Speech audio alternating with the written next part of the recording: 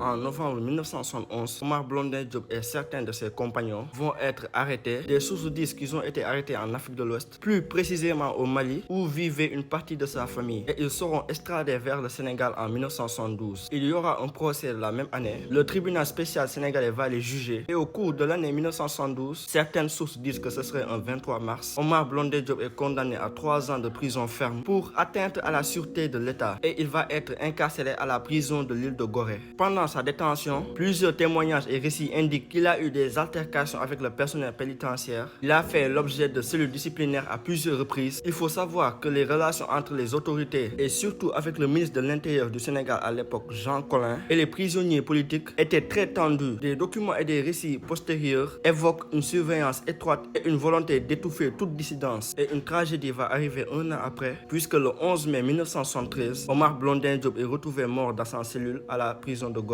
Les autorités ont d'abord présenté sa mort comme un suicide par pendaison. Sa mort a provoqué une forte émotion au Sénégal et à l'étranger. Et beaucoup de militants, de proches et d'observateurs ont rejeté l'explication officielle.